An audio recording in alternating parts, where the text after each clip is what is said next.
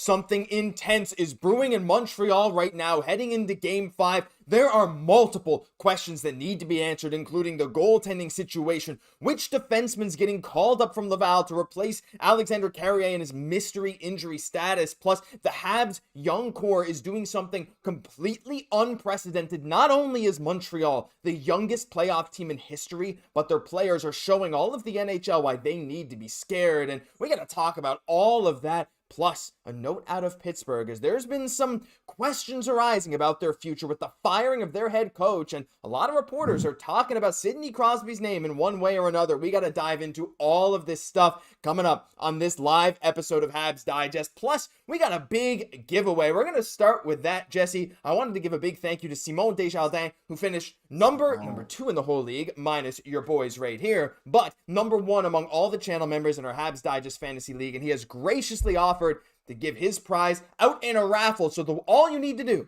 leave a like on this stream or any video between now and Sunday. Leave a comment for what you would want from the Habs store that's $50 or less. And next week, leave that comment, leave the like, and subscribe to the channel. Next Monday, during our live stream and in the community page, we will announce a winner, and we want to use a send in a picture of what you win. So we're super excited about that. Jesse, I'm excited about the Habs. I'm excited about the giveaway. How you feeling on this fine Monday morning as we prep for Game 5? Monday evening. I'm right. The game from yesterday got off our routine a little bit here, but no, it's so nice to be back for our Monday night live. Thank you guys all for joining us. And I think, Josh, this is our first live, right? Since hitting 20,000. So I think we need to give a big shout out, to all of our amazing fans, the amazing support, obviously timing up so well with this playoff run. So really, really appreciating the support. And we know that the boys here are rallying, right? And it's going to be kind of this one game at a time. But Marty, I know we're going to get into it a little bit more really soon, right? But it's all about, he wants, again, for the fans, they deserve it. Get them one more game at home. That's the mission right now. Get that win at Washington. Bring it back home from Bell Center. See where she goes from there. So you gotta feel excited that the faith is there. These a group of guys that just never give up. One game at a time, baby. One game at a time. That's the big thing for the Montreal Canadiens right now. And that's all you got to do. Like Nick Suzuki said, you just got to get right back out there, get ready to go. And you know what, Jesse, while we're on that topic, we had sort of a preset little thought of where we were going to go in this. Why don't we start with this 3-1 lead? I think that's a good way to start here. Get back on track. All we need is one win at a time. I did want to say a shout out to everyone that's in the chat right now. Everyone leaving their comments on what they want. Those pictures I posted on the community tab, by the way, those are not the only options. Those are just some options of things that are under $50. Again, you pick what you want. Could be the hat, could be any of the jerseys, Nick Suzuki, Lane Hudson, any of that stuff. So I'm excited to see all these people. Make sure you're subscribed too, because we can see a list of subscribers. And if you're not there, you don't get the prize. So, hello, Joseph. Thank you for being here as well. Joseph, our kind moderator and longtime supporter. Love to have you in the chat. Let's get right into this. And I want to start with this 3-1. Now, Marty had a great quote today. This comes from Priyant Amrith on Twitter. I think it comes from Marty's not press conference, but media availability. He said, look, I feel all year we've had that mentality where everything looks like it's going the wrong way, so to speak. And we get up and speak. Maybe that's the right quote. I don't quite know, but regardless, Marty's mentality right now, Jesse, is you just got to go in there. Backs against the wall. Montreal has been like this all year long. They're ready to go. And if it's any consolation for the Canadiens, the Capitals have the most series losses when being up 3-1 in the NHL in their history. They've done it 5 times, including to Montreal back in 2010. Look, I know we're saying one game at a time, but when we watch these guys play, we see that spirit, Jesse. We've had win streaks of 3 and longer against teams much better than the Washington Capitals this year. I mean, honestly, is it crazy to say that I am genuinely confident that Montreal is going to get a big win in Game 5 and come right back home? I definitely, Josh, I got faith that this team can do it for sure. And what's interesting is the last time that we were in the playoffs in 2021, we came back from a 3-1 deficit against the Toronto Maple Leafs to go to the Stanley Cup. You have that. You have the Caps, who have had a history of, kind of blowing 3-1 losses.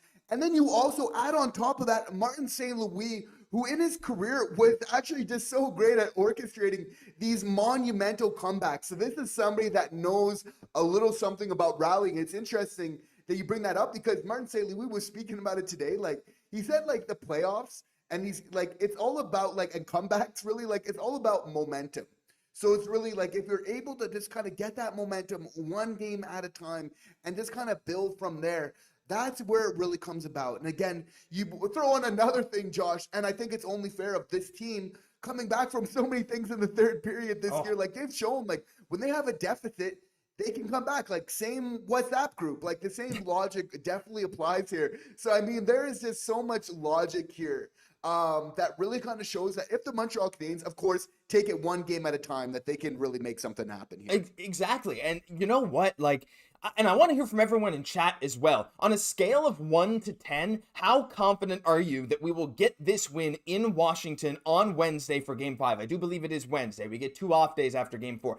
Yeah. Scale of 1 to 10. Leave the number in the live chat right now. We're going to head back so we can see what you guys are saying. Thank you all. Good morning, Kaiden, Dude, and Oz. And thank you all for leaving your thoughts on what you want to win in this raffle. But to me, Jesse, honestly, like, maybe we're delusional Habs fans, but I'm like a solid 8 right now in terms of confidence that Montreal will win, because I don't know, I feel like the nerves are just not there for me. Like, Brendan Gallagher was saying that he needs to share the knowledge that he has from that 3-1 comeback. I mean, like, well, he's been part of a few, right, with Montreal, but like, again, even from that Toronto Maple Leafs one, we had Suzuki and we had Cole Caufield on that team, right? So these guys have done it before. Galley's been around the block, to say the least, right now. So it's like, there are guys on this team that know what it takes, but not just do they know what it takes.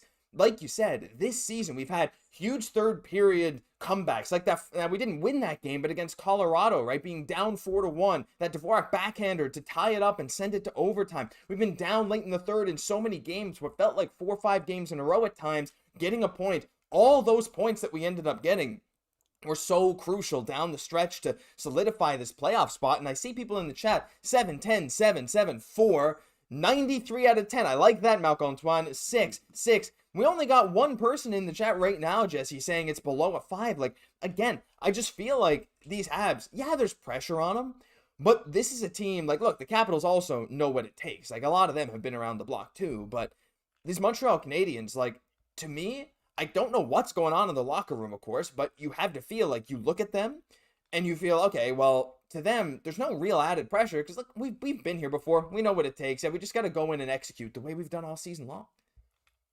You know, and seeing is believing. Again, that margin of error is small for the Montreal Canadiens, but also the same applies for the Washington Capitals. We've won 1 game in this series, and all of the 3 other games, we've been right there. Of course, it's a young team learning how to finish these things. The best part about this is this will get better as it goes on, but there's no way that you kind of get to that level without getting this type of experience first. But this is a team that isn't just about kind of punting everything to the future. It's like they got some vets, as you mentioned, like Brendan Gallagher, Josh Anderson. Like, it matters for them now being in the playoffs, right? And they're going in, they're rallying, they're bringing people with them. I feel like we're going to see Xhekaj improve. Like, Demidov is getting better as this series is going on. That matters. Hudson is getting better, right? Like, as this series is going on. I know we're going to kind of get into that like a little bit more in a moment, but like our young key guys have really been kind of showing up for me. And that's obviously in for this team, which, you know, is proof that, you know, when it really matters, I feel like their best is still yet to come. Yeah, exactly. And look, we'll talk about the future now in a second, but I love the confidence here in the chat. We got some people who are below a 5, but a lot who are above. So like, that positivity is what we do here, right? That positive energy. No point in being doomers. The refs, they suck. We know that. And we'll talk about that too, actually. Like, the refs haven't been great. Both sides, to be fair. I think Montreal has about double the power play opportunities of Washington. Though you could argue that that's very much merited, right? Like, there's a lot of questionable stuff. Not going to spend our time here. What we can look at is Game 5. Dwelling on the past, it might stick in your head. It's sticking in mine. But regardless, when we're looking towards the future, it's just like, man, we are scary. We are terrifying. And look, delusional versus positivity. It's like, hey, you know what? Positivity is positivity. I'm not going to say Montreal's going to come back and absolutely steamroll the Caps in 5-0 in 3 straight games. Maybe that's delusional. But being positive, this team can come back. I like that. And I did see a comment here. I wanted to shout it out from Sam Boer saying, honestly, super happy I found Habs Digest. You guys have such positive vibes. Dieu merci. Thank you so much, Sam. That's really appreciated. That's what we love to bring, Jesse. I'm ready for the positivity. Although I am about to get into something a little interesting here. I wanted to highlight this. Speaking of, thank you again for the positivity thing. Jesse, what were your thoughts on these fines? Do you have any thoughts on these fines? I know the fans, they've been going crazy online about these fines to all the players. Honestly, in my mind, yeah, I wish we could have got fines and cross-checks to the face. In my mind, Jesse, everything the Habs are getting in terms of fines, it's not a suspension. It's honestly kind of worth it if you're getting in the head of Washington at all. Part for the course, all part of it. For sure, we'd like to see just the one thing is like that either the shots to the head, whether through cross checks or other means, that's probably the one thing. This I'm not going to have any qualms with. Kind of pregame, get in their heads, you kind of eat those type of fines. Totally okay. It's more kind of, obviously we will get into this, but like some of the calls that haven't been called, as Martin St. Louis that has been hard to watch at some point. And like this is the last thing we want to do is like we're not whiners over here. No. We don't like talking about refs. It's only if it really deserves our attention, where now the refs are taking a little bit of the narrative of the game when we'd rather much just concerned about hockey, because that's what really matters. And you know, Martin St. Louis, this guy's a winner in the Hockey Hall of Fame. You don't get in there by complaining.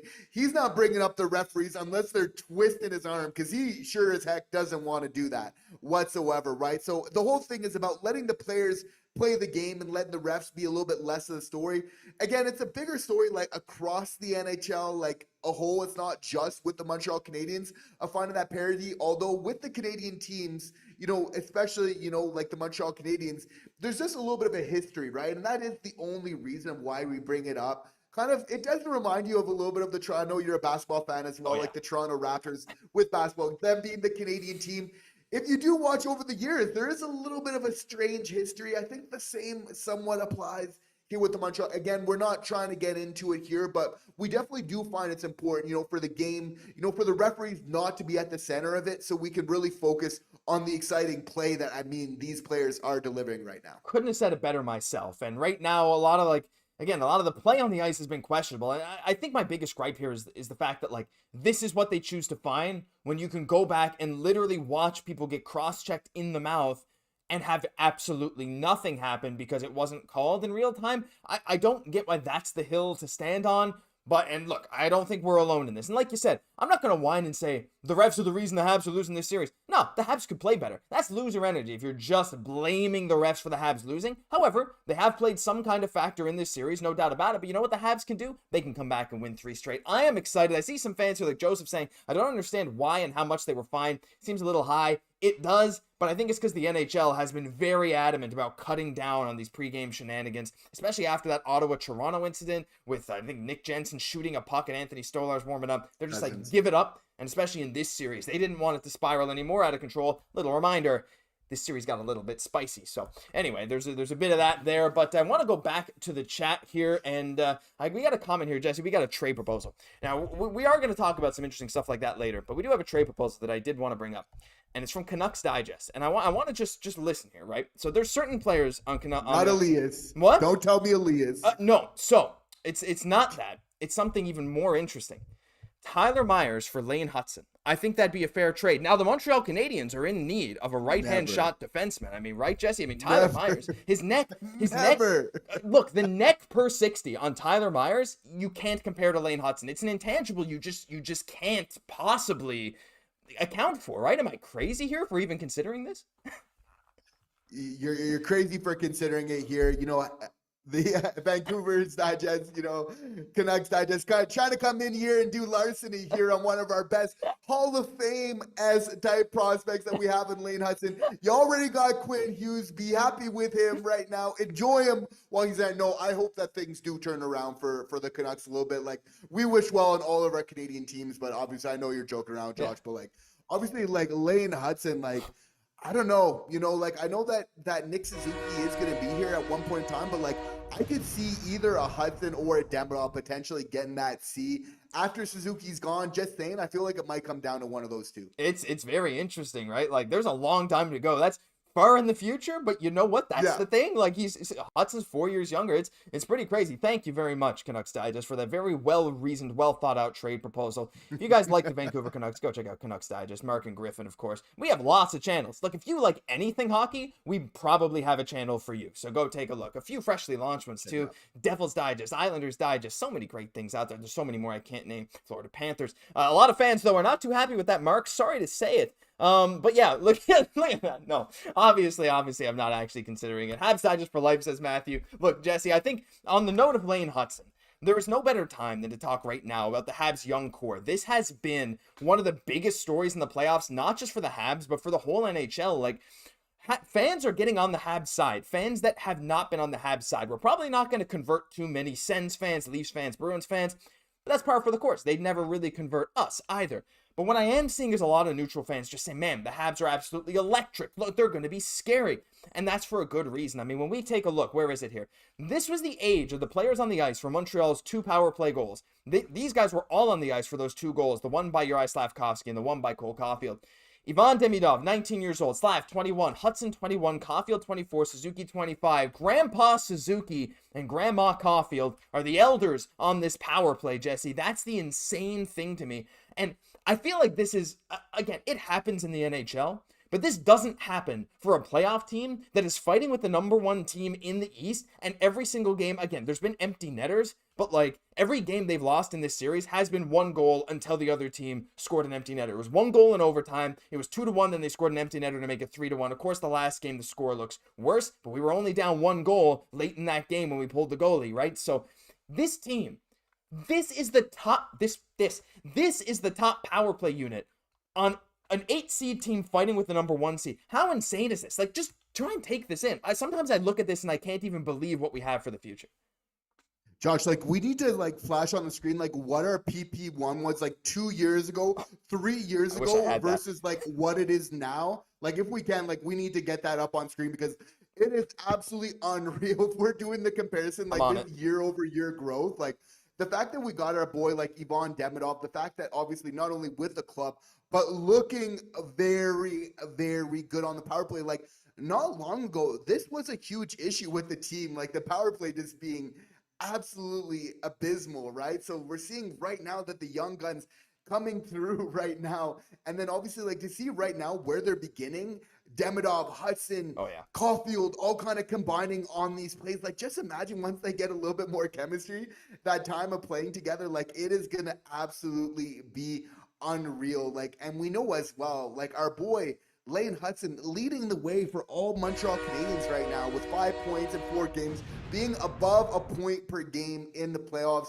Second, you know, with Cole Caufield, 4 points, point per game in the playoffs. Like, these young guys are really being some of our best players when it really matters right now. Obviously, like Slav, like doing what he's doing, like every single player that we're seeing here is contributing, has been a factor in this playoff. And like, for me, I feel like Demidov, I'm happy to see him going. And I knew it was just a matter of time. Like, we just seen too much body of work that even though during those first couple games, he wasn't like super obvious out on the ice, we know for sure. But if there's one thing from Ivan Demidov, like putting in all that time into the ring, watching all this year's highlights, like we knew he wasn't going to be done. Just about getting that confidence, which often like the power play can be so good at doing going forward. And of course, it's important to mention, I think, in all this, Josh, our viewers, like, how important the power play is for a team's success. We know that often that's like an indicator of getting to the playoffs just in itself, right? Like, if you can have a good power play, your chances of getting the playoffs are very good. So if we're talking about like continued success, having that vision like Kent Hughes talked about of like not only getting in the playoffs now, but for many years in the future, this power play is going to be a huge part of it. Okay, Josh, like, give us the blast from the past here. Sorry, that was stressful. I'm listening. I'm playing the animations. I got to get this up. You guys were seeing crazy stuff going down. But look, it's here, and you're absolutely right. Not just Kent Hughes, but Jeff Gorton, too, in that recent interview, Jesse. Like, this team wants to be amazing for the long-term future. So what I just went, it's not that easy to find special teams, just pure special teams from a couple of years ago. But what I did, when I went and did it, I went to Hockey Reference just right now for you guys, doing this stuff live for you. Went and found, actually, let me copy this picture and let's go back to the live chat because I want to see these reactions roll in. So from 2022-23, Jesse, that was our first season covering the Habs on YouTube, right? What I did was I went to the Hockey Reference page and I found the list of the average power play time on ice per game for the Montreal Canadiens. And I took everyone that averaged over a minute of power play time per game. I think it's a minute of power play time per 60, I think. Something like that. I don't know exactly what it is. Here it is. React to this with us. It might cover up our own camera. Skater time on ice statistics, okay? Power play time on ice. This is from 2022-23. Kirby Dach, number 1. Suzuki, number 2. Caufield, 3. Matheson, 4. Monahan, 5. Sure. Hoffman, Drouin, Gallagher, Harvey Pinard, all near 2 minutes. Harvey Pinard's a name there. Christian Dvorak, Josh Anderson, Evgeny Dadonov, Denis Guryanov, Slav is way down at the bottom. Chris Weidman and Sean Farrell, in the time that they got, even Farrell late in that season, was playing over a minute of power play time. Like, this is what I'm talking about, Jesse. You remember when Brandon Xhekaj was getting power play reps when he was on the team? This is what I'm saying. Like, a lot of those names are still familiar, but that season in 2022-23, we were 5 percentage points, or I think 4.5 or 5 percentage points below league average on the power play. We were 16%-ish. The league average was about 21%. So when you say that we've come so far, when we look at this team, how effective they looked in last night's game with these kind of slick moves, Ivan did that multiple times throughout this game. Ivan and Slav is going to be a nasty duo for the future. And Hudson setting up, I just have this Dobie save, of course, as well. It's actually insane. And we see the chat coming in. Like, look, the PP and PK was solid last night. Too bad they couldn't get anything on 5-on-5. Yeah, I mean, I guess that's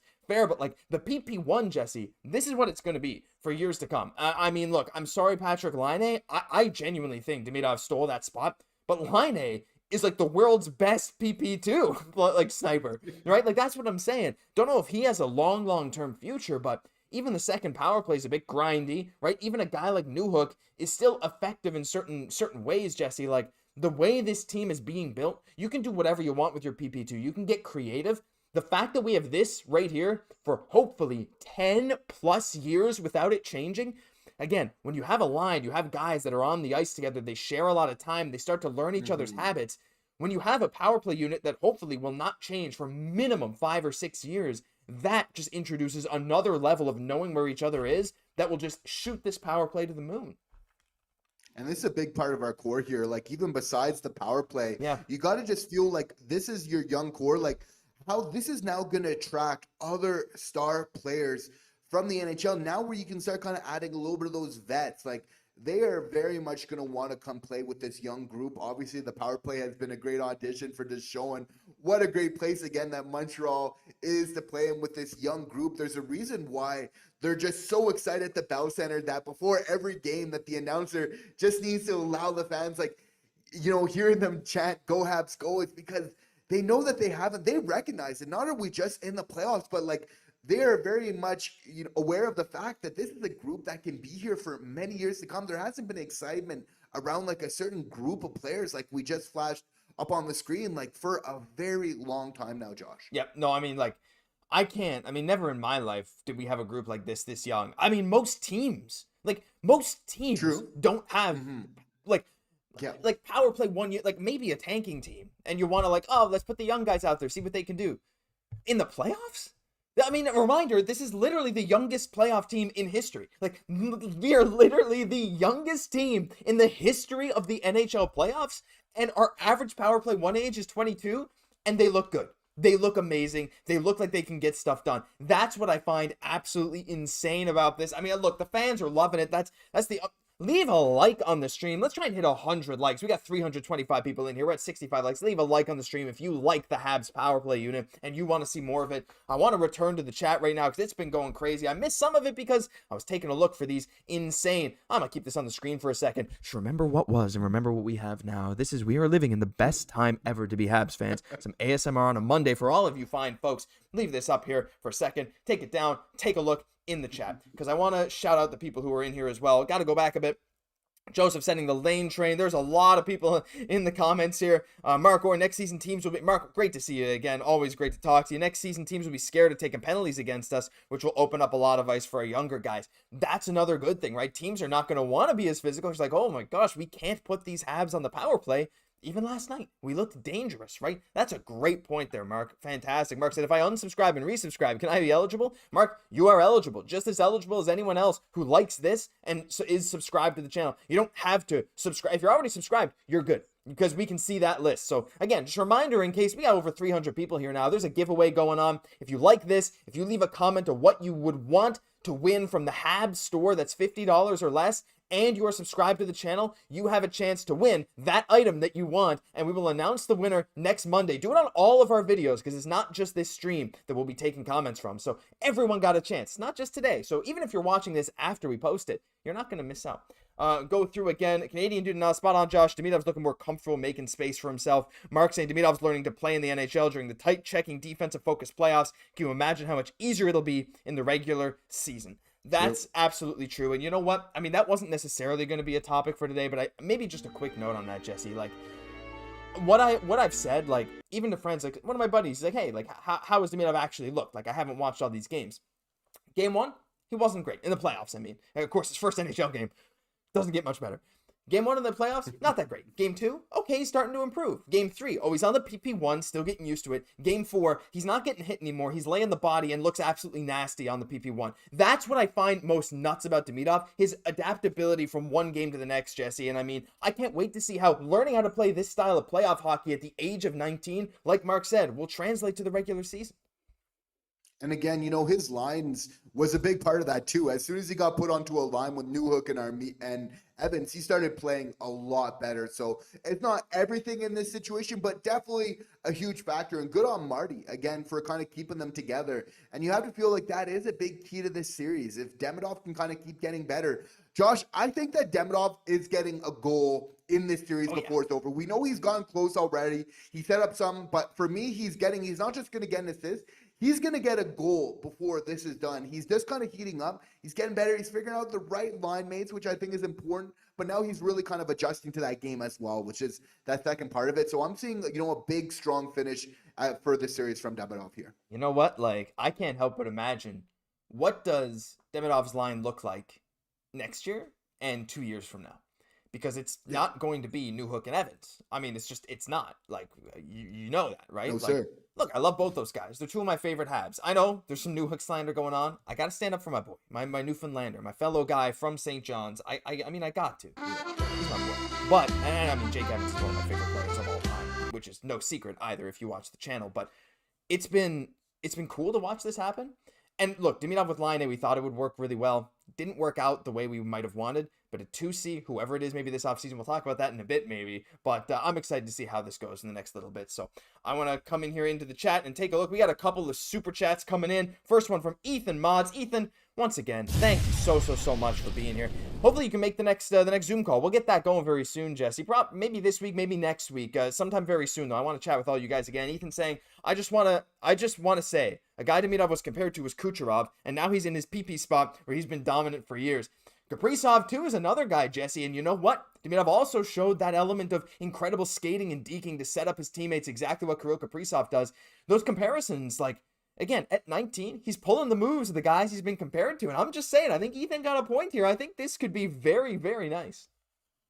And like many of our viewers, by the way, Ethan has a very keen hockey mind. We're, again, so privileged that we get to meet some of you great guys in our Rocket Rashir channel. And you're bringing up a great point. Like, very much, that was the comps even coming into the NHL. A lot of the Kaprizov, Kucherov type vibes. And we're already seeing that just in so many ways, whether it's the playmaking, the finishing is kind of also going to be that next step as well. He's just absolutely going to be so dominant. Like, guys, just think of the entertainment value that we're really going to get. Imagine a prime Hudson on the ice with a prime Demidov, having somebody like a Slav in the mix there. Obviously, like Nick Suzuki still isn't at his ceiling. Like, seeing what these guys will really do over the next years isn't going to be this great hockey.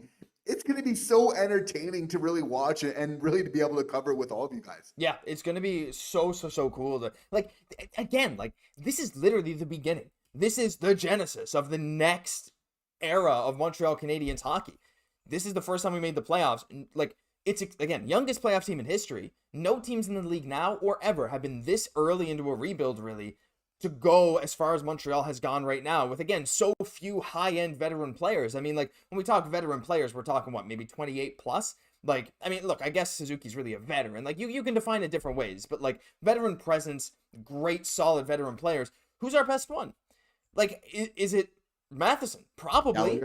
Gallagher, right? Like, one of those two. Yeah. Like, Matheson or Gallagher. Gallagher, of course, much more energy. Matheson has been showing out on the PK, though he's had a lot of offensive blunders, but, like, one of those two guys. Probably Gallagher with the 20-goal season this year, but Matheson was 60 points last year. But, like, that's it, right? They're both awesome. I know. Look, I just said I like Matheson again. You don't need to. I know I'm an outlier. He makes a lot of mistakes, and I hate when he does. Look at that PK last night. I'm a truther, and I'm not ashamed to admit it. Yeah, when he does those good things, it's so good. But he had such a bad play later in the game. It's like, anyway. Well, regardless, that's fine. But yeah, it's unreal to see. But I got to get to another super chat here, Jesse, as I got to go back and read this name because it's not that easy. WJ Vision WJ with 100 Swedish kroner, and I did see you send something earlier. Thank you so much for the donation. Like, unbelievably generous. He said earlier, we need to raise money so we can buy glasses for the referees. And you know what? Hey, this is the first step to that. I know a lot of people are talking about the referees, but thank you so much, WJ Vision. I mean, maybe I can donate that to some kind of like optic charity or something. But again, thank you so much. I don't know, Jesse, like, I think it's going to be very curious going into Game 5 how the refs are going to treat it. Again, the fines early on tell me that, the refs don't want any shenanigans. As the game went on, they were calling a lot of soft penalties. Do you think Game 5 is going to be called even softer than Game 4 was? They better not, because the whole thing is like going into this game, like the Capitals knew what allowed Montreal to be, to win really Game 3, and that was being more physical. Like the Montreal Canadiens needed to be a little bit more aware going into Game 4 that the Capitals would try to out-hit them. That was what allowed Montreal to be successful. They tried to eliminate that. So now kind of coming into this, like they weren't aware before, which obviously not quite enough, right? If they're letting the Caps getting that slight hit advantage, which they did in Game 4, what they really need to do for Game 5 is really bring in that physical level. Of course, being smart about it. Of course, there was some tough calls, like on Jack on the interference. Like, I'm sorry, I pay close attention to this. Like, you see every team does this all the time. It's just run of the mill. Like, you got to just go around the guy on D. He's going to run a little bit of a pick on you 9 times out of 10 there, right? So, but that being said, it's like with the refereeing, we just don't want it to be so much of the picture. Again, we don't want to complain about it at all. It's only when it just becomes a little bit too much, when now you're kind of forcing our hand, when we need to kind of bring it up. That being said, it's like just finding that consistency going forward. You got to feel, though, that it's like it's playoff hockey. If anything, just let them play, and we'll be happy with that. Absolutely, and I got to shout you out. Yeah, both ways, absolutely. That's a big thing too. Because I don't want to like win or lose off of bad refereeing either. Like it sucks either way, right? But another WJ Vision WJ, another 100 Swedish kroner, sending that same message. Maybe you didn't know I'd go back and see that other message, but thank you so much for your generosity in this stream. It's really appreciated. Thank you all for being here. We just passed 100 likes as well. Oh, I love these vibes on Mondays, Jesse. Again, sending those positive vibes to absolutely everyone. But you know what? There is something we got to talk about now. And unfortunately, it does have a bit of negative connotation. And it does come with this refereeing discussion. And it's about Alex Carrier. No, I'm not going to show the hit again. But that sucks. There was no official medical update from the Montreal Canadiens today. You can only assume he has a concussion. He looked out of it on the bench and couldn't play another shift. Went back to the locker room. He had a brutal night. I mean, he was targeted. He has taken the most hits from any Montreal player in this entire series. So it's been rough. But look, again, we got to move on. I mean, was it a clean hit or not? You decide. Some people say yes. Some people say no. Might have been. Might have rode up. Might have hit the head first. Hard to say with these still images. But that's not the contentious thing here. What I want to talk about is who's coming up to the team. I mean, Jesse, I don't think it's any secret that Jayden Struble is going to be the one to draw into the lineup. That's the reason we had 7 defensemen. It's a good problem to have. Don't know who's going to be paired with Mike Matheson. Will it be Hudson again? Maybe not. I don't know. But the big question is who's coming up from Laval. Look, we called up Cayden Primeau because of Sam Montembeault being injured. And again, we don't have an update on him, but we'll talk about that in a second. Jesse, when you look through Laval, I'm seeing some people online saying David Reinbacher. I think that'd be a bad idea to bring him into this super physical series. Look, I think he could play well, but I think it's a bad idea for a guy still rehabbing that injury. Logan Mailloux has a bit of experience. He has the size, but he's very irresponsible defensively. I mean, who does your mind go to? Because, like, again, this is just going to be the 7th defenseman. In all likelihood, they won't even draw into the lineup, barring another injury, knock on wood. But who comes to your mind? Because honestly, I sometimes have some trouble deciding. I think I told you yesterday my maybe hot take thought, but what are your thoughts on this? Yeah, for me, I'd probably maybe see like an Engstrom. Yeah. Honestly, though, like if I'm in Martin St. Louis, like maybe even the most probable, even though it doesn't seem like it, is Reinbacher, right? Because they've shown with Kapanen, with Demidov, with these guys that they're gonna bring in younger guys, whoever they really feel gives them the best chance of winning. Which I kind of like in the playoffs. You do need to take advantage of it and not just always kind of kick the can down the road a little bit. I think it does matter when you get those opportunities. So you do want to ice that best line. That being said, Struble is going to get in. I think it'll be minimal time for whoever kind of draws officially into the lineup. It really is that next man attitude with the Montreal Canadiens. Why, Josh, has the Montreal Canadiens been able to come back so many times this year against improbable odds? It's because the culture is strong. Mm-hmm. That's what's really allowed them to come back. And I think that that's going to be really big. Again, it's bigger than whichever player. It's about that system, right, of really kind of playing in.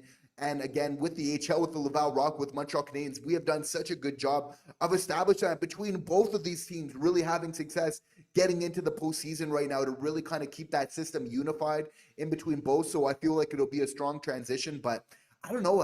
Again, Josh, I wouldn't be surprised to see our boy Reinbacher here. Oh my gosh. That would be insane if it was the case. What an experience it'd be to be around this team or to even play in that kind of series like that. Honestly, objectively, in terms of play style, he might be the best choice. Look, it just makes sense. He's 6'3", he's over 200 pounds. And he's a great player. I don't know. Leave your thoughts in the comments right now who you think the call-up will be to be that seventh defenseman. If they even make one, I think they probably will. My hot take here, look, I'm a big Noel Hoffenmeyer guy because he played for my Newfoundland Growlers back when I had season tickets. He's a beast. He's more offensive defenseman. Hot take here. It's extremely boring. Gustav Lindstrom has experience. He's played games with the Montreal Canadiens, Jesse, during these dark days in the last 2 seasons. We've watched him do it. We claimed him on waivers this year off of Anaheim. He's a bigger, 6'2", right shot defenseman, a bit of a physical edge. He scored 3 goals with Montreal a couple of years ago. It might be a boring take, but it might be the case. Let us know your thoughts. I think Reinbacher would be a lot more fun. I think he's probably a better player than Lindstrom right now. But as a seventh defenseman, if you need to come in, and you're probably only going to play 5 or 6 minutes, you just need to be solid, not make some mistakes. So we'll have to wait and see. But we got a lot to get to here in the chats. We have a couple other big super chats, Jesse. I want to talk first about Doug Saylor. Doug, thank you so much again for the $7 donation. What a wonderful supporter and person you are. It's great to know you. We are playing with house money. This is a great experience for our young players. And before I get to Ethan's message, Jesse, a comment on that. That's another great vibe here. It's like we are playing with house money. This is after every single loss, back in 2021, I was devastated after every single loss. This year, oh yeah, friggin' hurts. I hate it, especially the last loss where it felt like we got robbed of a win. But I don't feel it last because I am so happy to be where we are, and I can see the future before my eyes, and it really lessens that blow. House money, Jesse. It's a great feeling. It's the springtime. We're still in the playoffs. This is unreal. We were not expecting to be here yet. And it's important to kind of take that for granted. There's so many teams like a Detroit. Obviously like a Buffalo that want to be in this very spot so badly. It would completely change the narrative.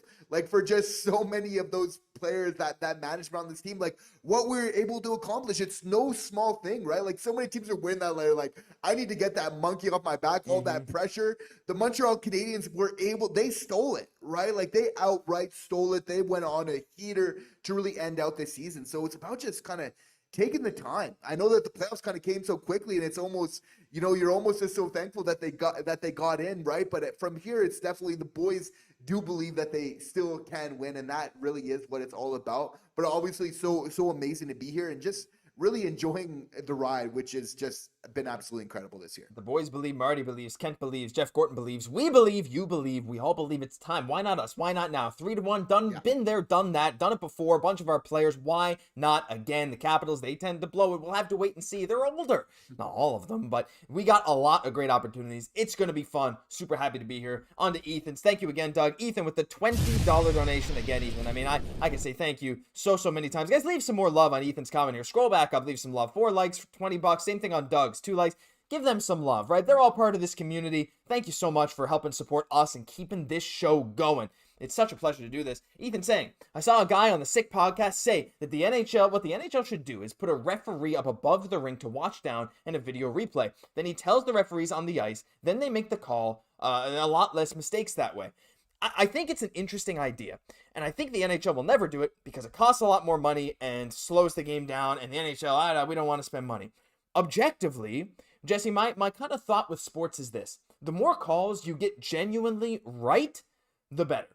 My issue with this is that, like, objectively, having an extra referee to watch the game, I think would be great. Why not? You have more sets of eyes on a play, especially if that ref is not the one making calls in real time. They're more to review. I actually like that idea as a whole. I don't think the NHL would go for it, but anyway, I don't want to go on this for too long because I want to hear what you have to say. Again, thank you, Ethan, for the donation. But like, my big thing in sports is the more calls you get right, the better. I think in the playoffs, that line of what's right and wrong, it's blurred to some crazy extent and it changes game to game. But what do you think of that concept overall? The kind of third referee looking down with kind of instant replay who can maybe change calls on the fly?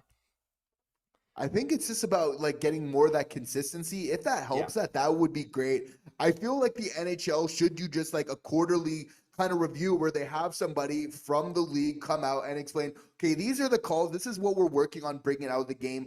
This is what we're doing to actively address that. And again, kind of year over year and have something at the end of the year. Okay, this was our goal. This is what we've accomplished as a result. But for sure, analytics and even, technology is going to play a big part of this, as we've seen with other sports.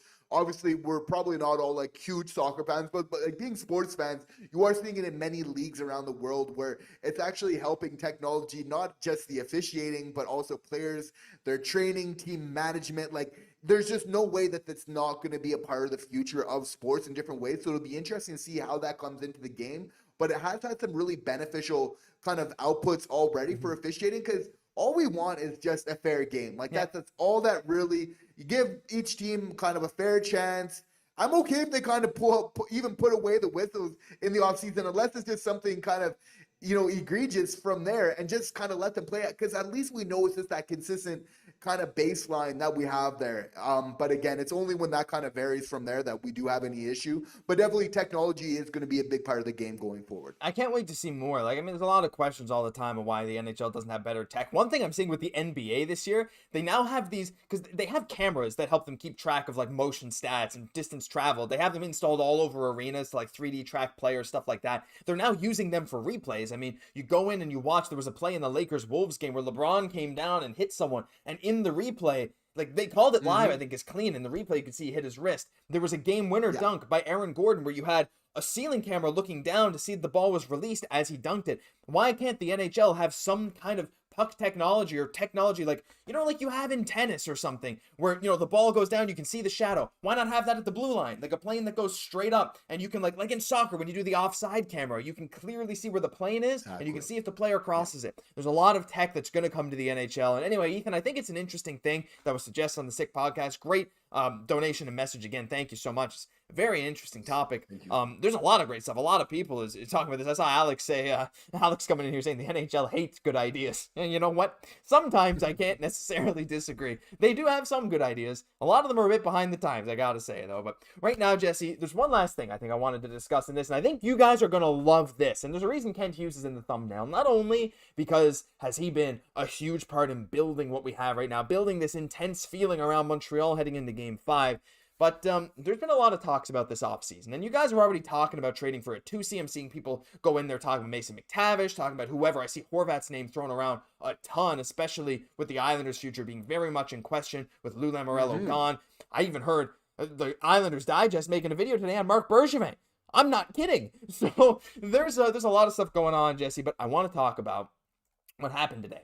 Pittsburgh Penguins and head coach Mike Sullivan have agreed to part ways. Now, this led to a lot of people in the replies, Crosby's gone, that's kind of the first reaction. Now, Dubas did say he called Crosby before firing Mike Sullivan to give him a heads up, told him he had to do what's best for the organization, but that hasn't stopped people from saying, look, Crosby might be gone. Of course, he did sign that extension, so he's locked in there for another couple of years at that $8.7 million cap hit that we all know so well when we were talking about Crosby rumors last year. But Jesse, I mean, look, he said there's no worries about Sidney Crosby. Crosby's been around the block. He knows coaches come and go. He knows something needs to change if they want to go out and win. Do you think this increases the odds that Crosby's on the outs in Pittsburgh? He's a guy that every single Habs fan would absolutely adore to have. He's a guy we've seen in a Habs jersey. I don't know. Maybe we're grasping at straws, but I just got to say, I mean, the more the turmoil builds in Pittsburgh with Dubas running the show here, the more I think that something crazy might just happen, as much as I still think it's probably unlikely. Probably unlikely, but if the Montreal Canadiens were to get Crosby, it's fair to say that wouldn't the Montreal Canadiens be a very competitive team. We are just now. right away. Even right away with that. A little bit more vet on D just to balance it out. Maybe ship out Matheson. I'm sorry, we're not trying to slander here, but kind of figured like we're getting to like a really contending team right away, really quickly. That's what like Crosby would do. Like I would have a lot of confidence. What's funny, if you're like Crosby, you're feeling the same way. You're like, yeah, if I came onto the Montreal Canadiens, we're getting into the playoffs next year, and you don't want to face, Montreal Canadiens with a Sidney Crosby on them, because the thing is, we know he's a competitor, probably a good chance that he's finishing out in Pittsburgh, but it is a little bit of an anticlimactic finish for him. Again, it is so nice to see those players that can stay with their team for kind of their entire tenure, but this guy loves winning. We know with Mike Sullivan, this definitely isn't speeding up their timeline of being able to get back into contention. So again, this is just kind of putting a lot more kind of fuel on that fire. Of course, not very likely, but it's fair to say that if he is going anyway, definitely is to Montreal. So if you're a guy like Crosby, Penguins probably ain't going nowhere too quick. If you're coming to Montreal, that something could happen. It at least, like, Crosby's thought about it at least once. Like, we're saying that on the pod here today. Yeah. I mean, we've seen him in the jersey, not since he joined the NHL. Yeah, he might have just been like, well, woken up. Oh, no, it's just a dream. Yeah, you never know. But look, the thing is, too, it's Crosby. People in the chat are like, oh, man, a lot of people really like the idea of Crosby. But Jesse, as I'm looking through the chat here, I'll let everyone else see it. A lot of people talking about Malkin, too. Now, Malkin's older. He's a bit more, I don't want to use the word washed, but, like, he's his curve of points has curved down faster than Sidney Crosby's. He is a year older or 2 years older or whatever, and he's only had about 50-something points this year. So Malkin's not quite as good, but like he would cost a lot less, right? As much as I love Sidney Crosby and that veteran presence, a guy like Malkin could be available for the right price as well. Any thoughts on him? I see a lot of people in chat. Someone saying Malkin for Demidov. That's funny, Owen. Please be a joke. I think it is. You've been in the chat a lot. I think it is. But, the thing is, people are saying Crosby cost a lot, Malkin might cost a lot, but like Mark Orr says in chat, Jesse, like, regardless of the price, for these guys or anyone else that's available on the market, Montreal's in a position to afford it. I mean, if you're Pittsburgh looking to get your rebuild going, look no further than the capital, that little bit that we'd be able to provide. I'm sure kind of finding a little bit of that balance there. But for sure, Demidov obviously is a huge fan of Malkin, which did make me, kind of do a little bit of research into Malkin, because it's interesting to think of, right? Like, obviously he is such a great player. So much to like about his game, but obviously getting a little bit older now. Like, I would almost, like, Crosby I'm okay with. Malkin for me doesn't make like a ton of sense other than just kind of the nostalgia factor. It's like, we really need to get our 2C right. For me, it doesn't actually fit, even though he's been a great player. His productions went down a little bit. He's quite older now. So that being said, Crosby, yes. Malkin, no. Quite respectfully, however. Yeah, and Owen, so I knew it wasn't a serious thing, because he wrote Malkin for Demidov, and I was like, whoa, but he meant bring in Malkin so he can play with Ivan. Yeah. That makes more sense. I knew you weren't actually proposing that. But yeah, Dave coming and saying he agrees with you, Jesse, and I tend to agree as well. Like, I don't see Malkin as like much of a needle mover for Montreal. Like, it'd be cool. I agree. Like, it'd be awesome for Demidov to have another Russian there to help him out, whatever. But like, there's other ways to do that, and like, I'm sure his teammates are going to do everything they can to help him out as well. So it's really amazing. No, it's not your fault though. It was just hilarious, honestly. I thought it was funny, but Crosby would be cooler. I think a lot of you guys think Crosby over Malkin for sure. And yeah, I mean, there's a lot going to go down this summer, Jesse. I mean, we hear lots of talk about Matt Barzal potentially being on the move out of New York, or Bo Horvat from the same team. Noah Dobson may be less likely, but it depends on the direction new management wants to go. Hey, if it is Mark Bergevin, we know he's not shy to pull off some pretty crazy trades for established players on their team to get someone younger. Look at that Pacioretty trade that he did make. One of his best moves, probably his best move, that landed Nick Suzuki. And I'm just saying, like, something like that in New York. Well, Horvat's a former captain. Make a trade to get someone younger. Just saying, Montreal's in a position to do it, but he's not guaranteed. That's just one of the names thrown out there. A lot of people are talking about Kekalainen too.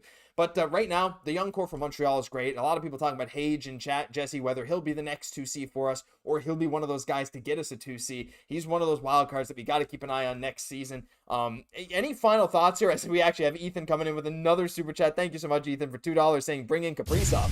That what I was, love and hate at the same time, as you guys know. Any final thoughts on these Habs moves? I mean, we're talking about 2Cs for summer. Any final parting thoughts for the fans on what you think might go down? Kaprizov-esque type of move. We know that Kent Hughes, when it comes to this type of play, we've seen him kind of do those middling type of moves. Okay, kind of low risk, high reward. But as the team starts to get into that competitive window, the stakes have really raised. And nobody's more of a gamesman than Kent Hughes when it comes to making deals. Like, he's going to know when it's his time to really go for the honeypot all the way here. So it's going to be really interesting. Obviously, like with Lou Lamoriello gone, that opens up a little bit more of that conversation where Horvat maybe seemed untouchable there. So we're seeing some great names being circulated. It's really going to be about finding that right fit, which again, it's just, you imagine this Montreal Canadiens team in this series against the Caps, like, with that type of player with it obviously looks different. Like, we're looking close to like a top seed in the East without that. Mm-hmm. Just imagine we're getting that in the picture with what we kind of have already kind of grown from there. You can't help but be excited. Depth scoring on this team, depth competitiveness, because like again, it's really been like some of those middle six lines have been maybe beaten up by the Capitals a bit more, fourth line, that kind of thing. It's like, yeah, well, to be fair, the Evans, Heineman, Armia line, when they play together, they're good on the forecheck. But Evans has now had to, not even just split duties, play top penalty kill, and also go out there and play with Demidov and Newhook. So it's like, it's a tough thing right now. But again, adding that kind of depth, like you said, is done very well said. Guys, I think that's going to pretty much do it. I wanted to remind you guys, we got 314 people in here. If you haven't heard already, join that giveaway. Leave a like, comment, either below this video after it goes up as a VOD, or even in this live chat. We'll be scanning through this and every single video from now until Sunday, and the winner will be announced on Monday. One person that likes, comments what they want, and subscribe will win a $50 or less, but probably $50 item from the Habs store. So can't wait for that. Thank you again to Simon Desjardins for graciously giving up his prize in the fantasy pool for you guys. So give a thank you, Simon. I don't think Simon's here today, but Simon's always here in spirit, guys. That'll do it for this episode. We got 9 more likes to 150. Let's get that on the way out. If you enjoyed, leave a like, comment, subscribe to the channel, join the giveaway. It's honestly a pleasure to do this every single week. And we hope to see you right back here next Monday. And I hope you all have a great lead up into Game 5. I'm Josh Gosse, my co-host, Jesse Poirier. We'll catch you in the next one.